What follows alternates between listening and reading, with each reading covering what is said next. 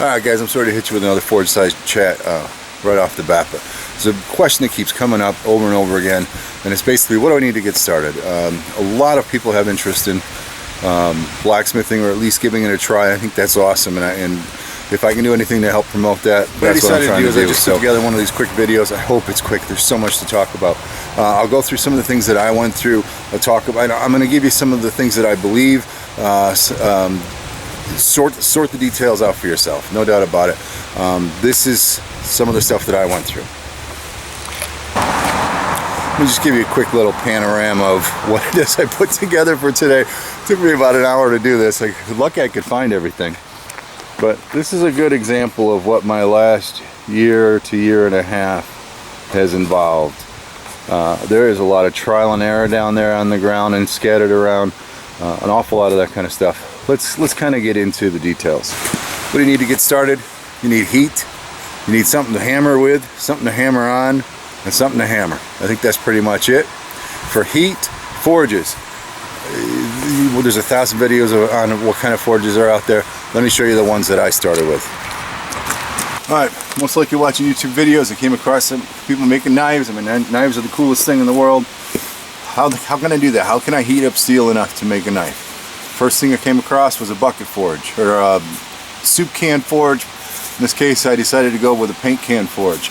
Basically, just a simple paint can, kitty litter, and plaster of Paris to make the liner on the inside. I took a small propane tank, and used that as I was packing it to form this cavity. Cut a hole in the side, put a pipe through there, and the basic concept is propane torch, map gas torch in the hole, and you have yourself a forge. Alright, that's what I started with. How much does it cost? Not a whole heck of a lot. Something almost anybody can do. Kitty litter and plaster of Paris, regular old paint can, anything that's about that big around to go through the side, propane torch or map gas torch.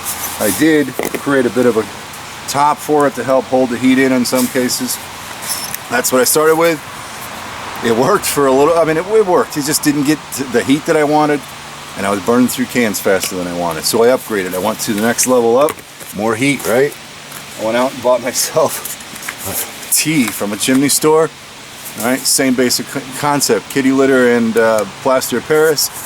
Made myself a little port, and the concept there was I was able to get longer stuff in. I could stick things all the way through if I wanted to, and use the torch here.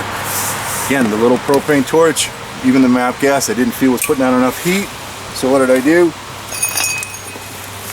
You know what that is? It's a weed burner.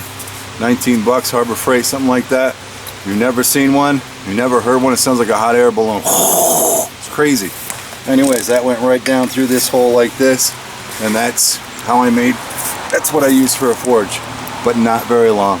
This was crazy noisy. Had to run off a 20-pound tank, ran through propane like crazy, and I mean, it costs money.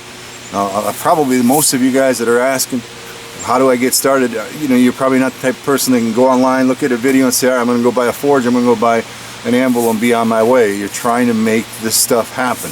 This was a neat idea, and it blows out like a blast furnace, no doubt about it. But I was blowing through propane, so again, money. I wanted to come up with the cheapest way to keep the forge going. So that led me to building an actual forge. Right? Go out and buy one, $300, $400, $500 wasn't even an option. I didn't even know for sure what I was going to do with blacksmithing at the time. All the videos on brake drum forges definitely, you know, pointed me in this direction. But all the pipe fittings and the elbows and all that kind of stuff that you needed to get to make the forges that you see in the videos, it just was, you know, before you know it, you're going to spend 50, 60, 70, 100 bucks on it. That wasn't too much money for me at the time. So I sat down and I came up with this idea. Basically, all I know is we need a container or a pot to hold the coals, and we need to force air from the bottom, or the side, in this case from the bottom. How easy would it be to just get a bucket, which is what I did, regular old ash bucket, cut a hole in the side, alright, so I could put in a piece of very cheap flex pipe, bathroom fan from a hardware store, $13, $14, that gets attached to that pipe. And then I just take a brake drum that fits perfectly inside, put it on the inside. The bottom of the brake drum, I just put a tin down to plug all the lug holes. All right, And then this is just a bathroom floor grate from the hardware store, $5, $6, $7, like that. So yeah, it cost me, maybe even this simple setup cost me $30 or $40. I invented the bucket forge, or at least I thought I did anyway. So that was it. Very simple concept. I've melted a lot of steel with this thing. Very, very good design. You want to get started? I would suggest starting with something like this. It's easy to put together. It's pretty easy to find the parts. It wouldn't take you long to get started.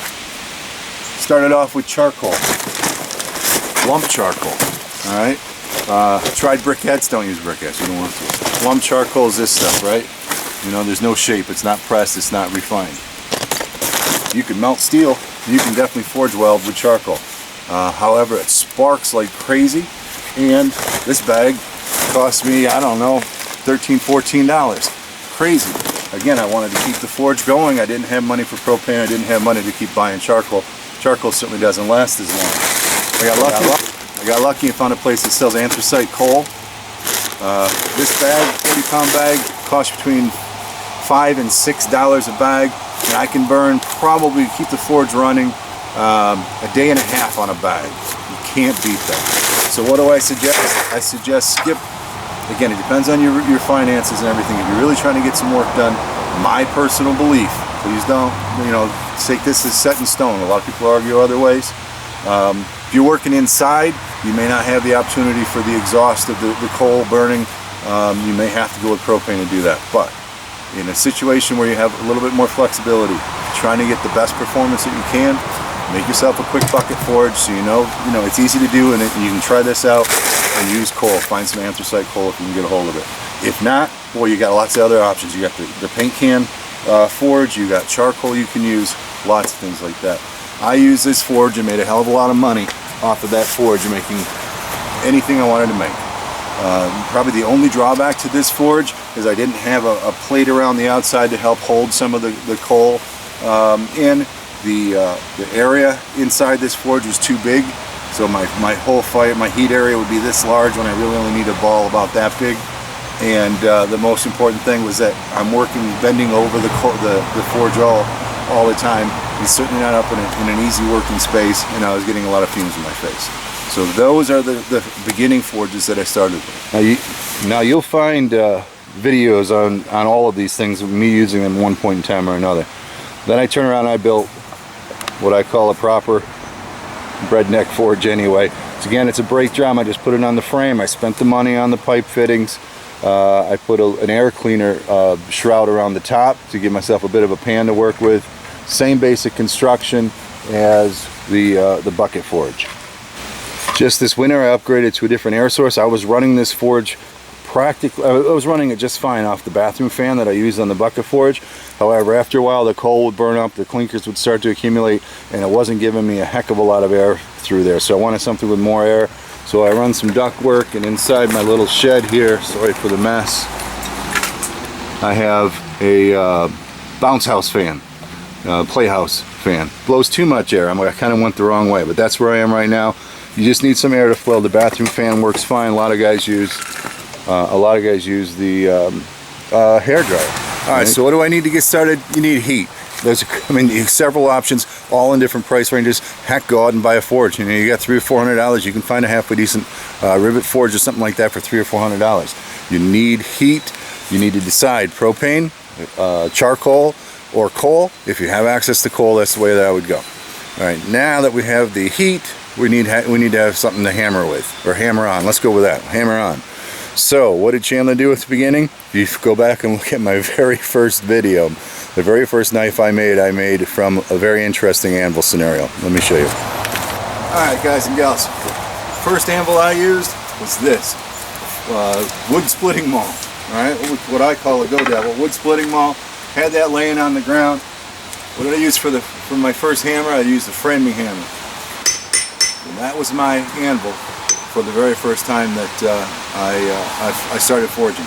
Forged a knife off of that. There's a video on that. Knife was a failure. If you're interested in seeing why it failed. Had nothing to do with the anvil. Had nothing to do with the hammer. And I caught the bug at that point. So at that point, I decided I was going to upgrade. I went out, Harbor Freight, $50, $60. Bought this 55-pound anvil. Yes, 55-pound anvil. This thing was sitting on the ground for months and months and months. I made a lot of stuff with this thing sitting on the ground. After a while, I put it up on a stump, held it down with some nails. It worked okay, but it would work itself free a little bit. The anvil was bouncing all over the place on the stump. Do me a favor. I don't care whether you use a railroad track, which I never tried. Let me explain that for a second. Railroad track, I think, is probably a better option than this Harbor Freight, because this Harbor Freight is just a cast anvil. The surface dents up. It's not the best thing in the world. Almost anybody you ask will say don't use it. I made a lot of money off of this anvil. It's what I decided to use. Railroad track is definitely a harder piece of steel to use. It's also harder for me to find. Some of you guys can go out and find railroad track pieces, 1 foot, 2 foot, all over the place. You can go online and buy them for $30, $40. I decided to go with this because the railroad track, the top surface isn't flat, as far as I know. You don't have a nice 90 degree or even close to a 90 degree edge on the side. I made the choice to go with the Harbor Freight anvil because it gave me a table to work on. It worked fine for me. Every couple of weeks I'd have to take the grinder and re-flatten the surface because the surface got dung up. This thing worked well. Get it on a stump, get it tightened down. Definitely a huge difference between an anvil bouncing around and an anvil tightened down. This 50-pound anvil attached to this 50-pound piece of wood is now a 100-pound source that you can hammer on. That lasted me for a long time, made a lot of money on that, and I found the opportunity to get my Peter Wright, which in a recent video I said this anvil sucks. I felt guilty ever since saying that. I meant, you know, it's an old anvil, 1800 something, I bet you. I don't have any 90-degree angles left on the side. I was trying to do something that required a nice 90-degree angle, and I lost my head, so I apologize. I love my Peter Wright. There's nothing I got bad to say about it, except for the edges are all gone. I did take a grinder, kind of dress this up a little bit so I have some work.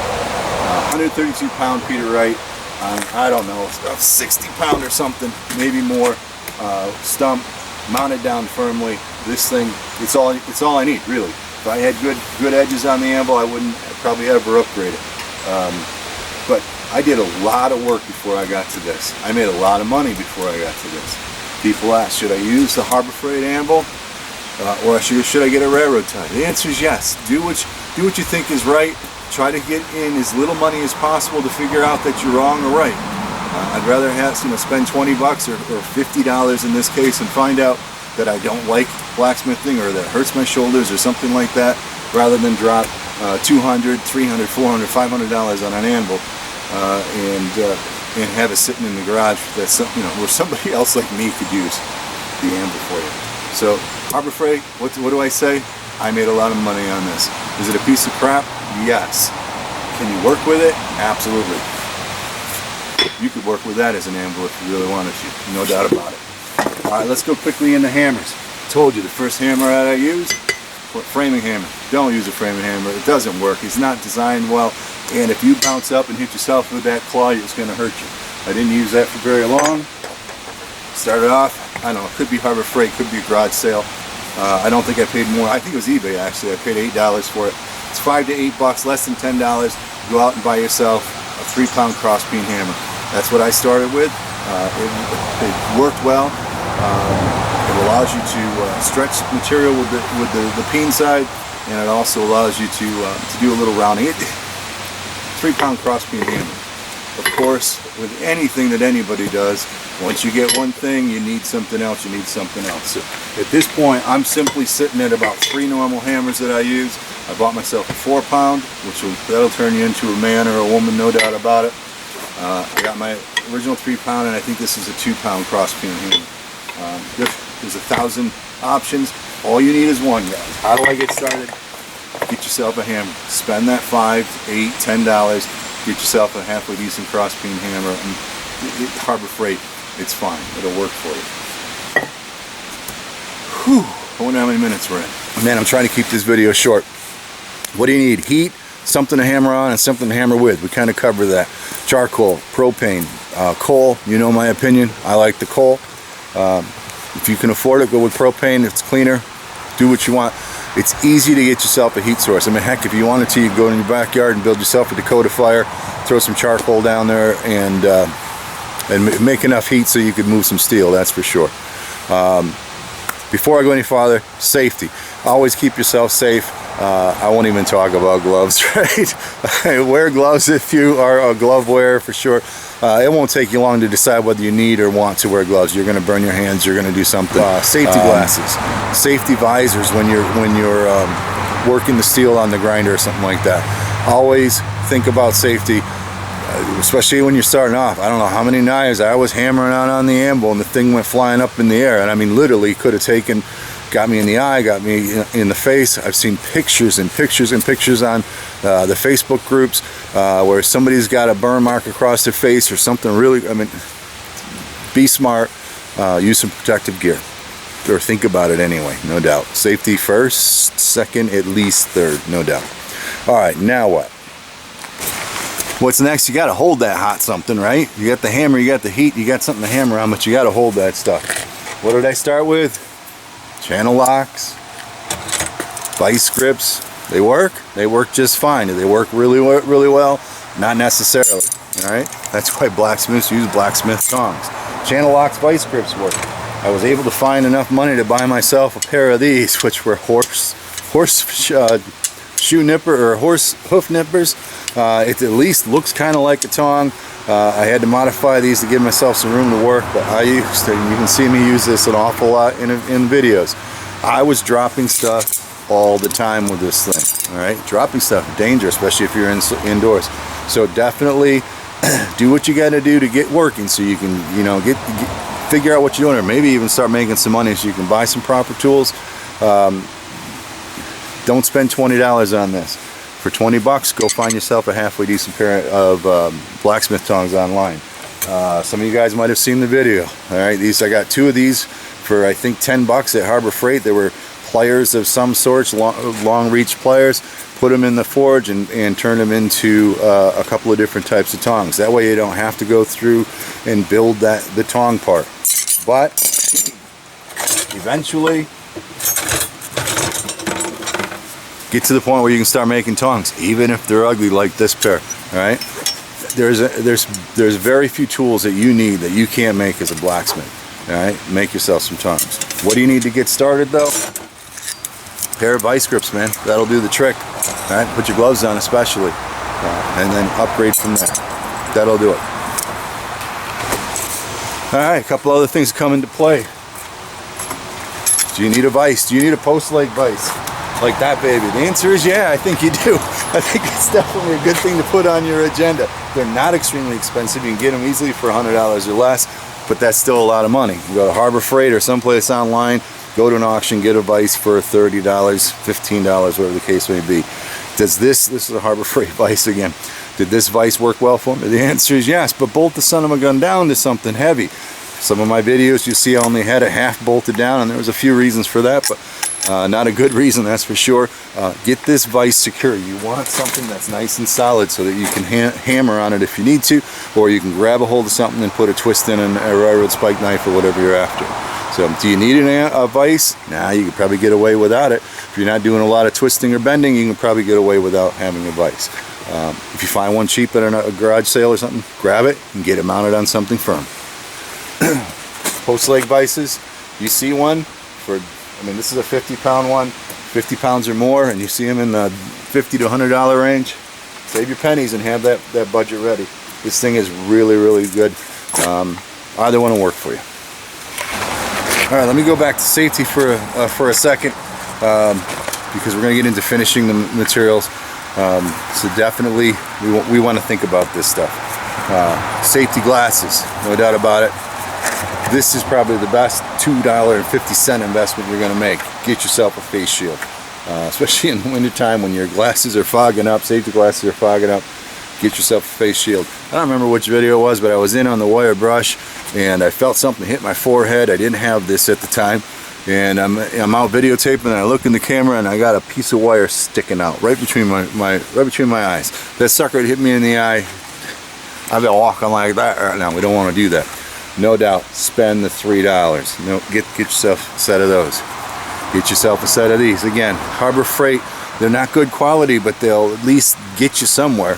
Get yourself a set of earmuffs when you're using a grinder. Definitely, you do that all day long. You don't want to be like me and saying all the time to somebody. If you're grinding material, get a mask. I don't care if it's this paper mask or I have I can't come up with the name of it now, but you know what I'm talking about, a good face mask. You need this, all right? Actually, I don't even have to tell you that. You grind for one day on a knife, get it ground down, you go in and sit for the rest of the day, you'll know, because you'll be coughing and hacking up all sorts of stuff. It's amazing how much of this gets into your lungs. Safety gear for sure. I would also pay for the 10 bucks. Again, I got you up to a couple $100. Do this incrementally like I did. Get yourself a set of an apron. Harbor Freight, $10 again. Keeps you much cleaner when you're doing that. Plus it protects you, especially in the summertime when you may not have as many coats and clothes on. Safety first, second, or third. What do you need to get started? It's the question I keep getting asked. You need a heat source, you need something to hammer on, and you need a hammer. That's really all you need. Something to hold the thing. You got to actually hold it. Unless using long stock. Actually, heat source, something to hammer on, and something to hammer with. That's really all you need. Now, that's not good enough for you, I guarantee it. All right? Every one of you guys and gals out there, most of you anyway, you're going to want to make yourself a knife. You got to finish that item. You're going to forge it, and then you got to somehow finish it. These other items, you don't need them. You can make an awful lot of stuff and stop right there. But I would say get yourself a cheap angle grinder. All right. I hate to keep going back to Harbor Freight, but for us poor guys, that's probably where we're going. You see these at the auction all the time for $3 or $4. You can get a brand new one at Harbor Freight for under $20 anyway. Cut off discs and a grinding head. All right, no doubt about it. Use safety gear with this. This will cause you damage, no doubt. Finishing the knives. What did I start with? So you can see this jig. All right. There's videos all over the place on YouTube on how to use the jig. Trying to get a good bevel. Technically, you don't even need this, but this certainly will get you in a good direction. All right, get you a nice even angle on your knives. Something to use. I started with that. Too slow for me. I'm impatient. Went to the 1x30 Harbor Freight belt sander. I did a lot of work with this, made a lot of money with this. It sucks, it really does. This is a good thing to buy because it'll force you to save your money to buy yourself a better belt grinder, no doubt about it. Does it work? Yes. It's just, does it work better than the file? Not in quality. I think probably a good skilled person with a file is probably the best quality you're gonna get. But this is certainly quicker. All right, it's gonna keep you involved in the activity in blacksmithing a little bit better. Not liking the 1-inch, not liking the power that had. I upgraded to this 4x, I don't know, whatever it is. Again, another Harbor Freight item. Did a lot with it, but you know what? Quite honestly, I haven't used this. They didn't use that much. It showed me that a good, strong belt grinder is a good way to go. I have a video where I did a modification here, changed the speed of it. That helped quite a bit. Didn't take me long to outgrow that. Again, I'm not trying to tell you need all this stuff at the get-go. You need a heat source, you need something to hammer on, and something to hammer with. That's all you need. From there, I upgraded to the 2x72 belt grinder. There's videos on me building the thing. I can't even tell you, it's like a miracle machine. It really is. If you can find the money to get one of those or build one, you know, it doesn't have to be very complicated, but yeah, that extra power and that speed, you can really cut through a knife very, very quickly. And then the last thing that I would recommend, actually I think I would recommend it before any of these other power tools, is a bench grinder. You get yourself a nice little 6-inch wheel bench grinder. Wire brush for sure. You probably don't need the grinder part, but maybe that's what you use to grind down the things. It's just got too much of a curve on it to do an awful lot. You want a wire wheel, and then you want to get yourself, you know, people ask me all the time, how do you get your knives so shiny or the steel so shiny? You sand and sand and sand, and then you buff and buff and buff. So on the other side, get some buffing wheels. Wow. That isn't a short video, is it? That's what I did in a year and a half. Hopefully, in what I've covered right now, in this video, I can save you a little bit of time, a little bit of trial and error. You know, pick one of them and go with it, that's for sure. this is really a rewarding. It's like playing golf. I consider blacksmithing like playing golf. I used to play golf. I don't play it anymore. It was the most fun I had being pissed in my life. It's rewarding and at the same time so frustrating. But you got to stick with it. I mentioned this in one of the other videos. The one thing I like about blacksmithing is you just can't do it. You can do some stuff, but you just can't do it. You got to keep learning. You got to keep practicing. Get yourself some heat. Get yourself something to hammer on, and get yourself a hammer. That's all you need to get started.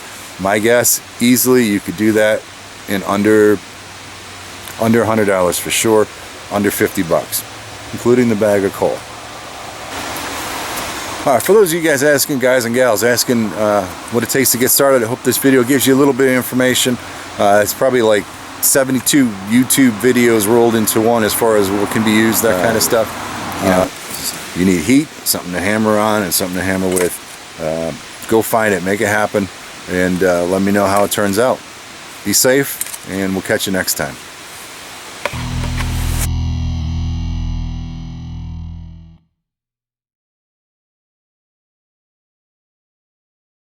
I use the same thumbnail on each one of them. If you're looking for me doing, making something, skip over this. Yeah, right. A lot of bullshit right there. All right, hopefully I helped answer some questions for some of you guys that are the guys and gals, man. I get about, well, not equal, no doubt it's not equal, but I get quite a few, let's talk about that for a while and turn it into a big old gender thing. Another fireside chat comes up. I think that's, God, you talk too much. I hope this video helped for the, Jesus Christ, you. I'm sick of talking. God damn it. You want to know anything else?